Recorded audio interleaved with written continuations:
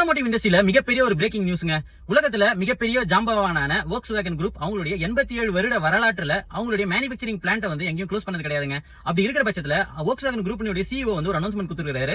என்னன்னு வந்து பாத்தீங்கன்னா Volkswagen உடைய மேனுஃபேக்சரிங் பிளான்ட் ஜெர்மனியில் இருக்கக்கூடிய பிளான்ட் வந்து நாங்க க்ளோஸ் பண்ண போறோம் அப்படின்ற ஒரு அனௌன்ஸ்மெண்ட் கொடுத்திருக்காரு. எதனால வந்து Volkswagen குரூப் மிகப்பெரிய ஒரு சந்தையை இழந்திருக்கு ஜெர்மனியில அப்படின்றத பாக்கிறதுக்கு முன்னாடி சீனா சந்தையில அவங்களோட நிலவரம் என்னன்னு வந்து பாத்தீங்கன்னா ஜெர்மனியை விட ரொம்ப ரொம்ப மோசமான ஒரு நிலவரம் தான். BYD நியோ அப்படின்னு சொல்லப்படுற சீனாவுடைய எலக்ட்ரிக் கார் உற்பத்தியாளர்கள் வந்து பாத்தீங்கன்னா மிகப்பெரிய ஒரு அளவுல வந்து வளர்ந்துட்டு வராங்க.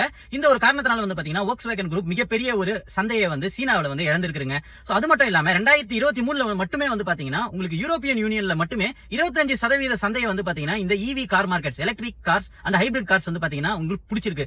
இந்த எலக்ட்ரிக் கார்ஸ்லயும் இந்த ஹைபிரிட் கார்ஸ்லயும் இந்த Volkswagen குரூப்ன்றது ரொம்ப ரொம்ப லிமிட்டடான வாகனங்களை மட்டுமே வச்சிருக்காங்க. அது மட்டும் இல்லாம பிரைஸ் டேக் வந்து நம்ம பார்க்கும்போது BYD வந்து ஹைடெக் காருங்களை உங்களுக்கு ரொம்ப ரொம்ப சீப் பிரைஸ்ல கொடுக்கறதுனால இந்த Volkswagen குரூப்பால பெருசா காம்படிஷன்